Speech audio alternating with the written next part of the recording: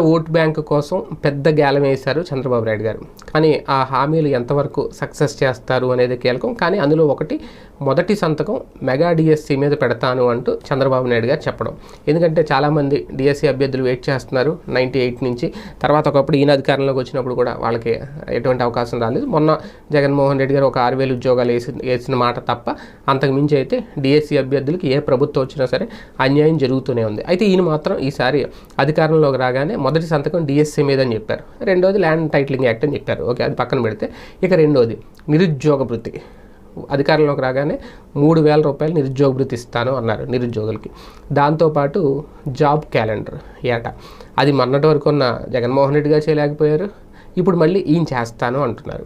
ఒకటి నిరుద్యోగ భృతి అనే కాన్సెప్ట్ తెలుగుదేశం పార్టీదే. కాకపోతే లాస్ట్ టైము ఆ నిరుద్యోగ భృతి ఇవ్వడంలో పూర్తిగా సక్సెస్ కాలేకపోయింది. ఈసారి పూర్తిగా సక్సెస్ అవుద్దా లేదా? మొదటి నుంచే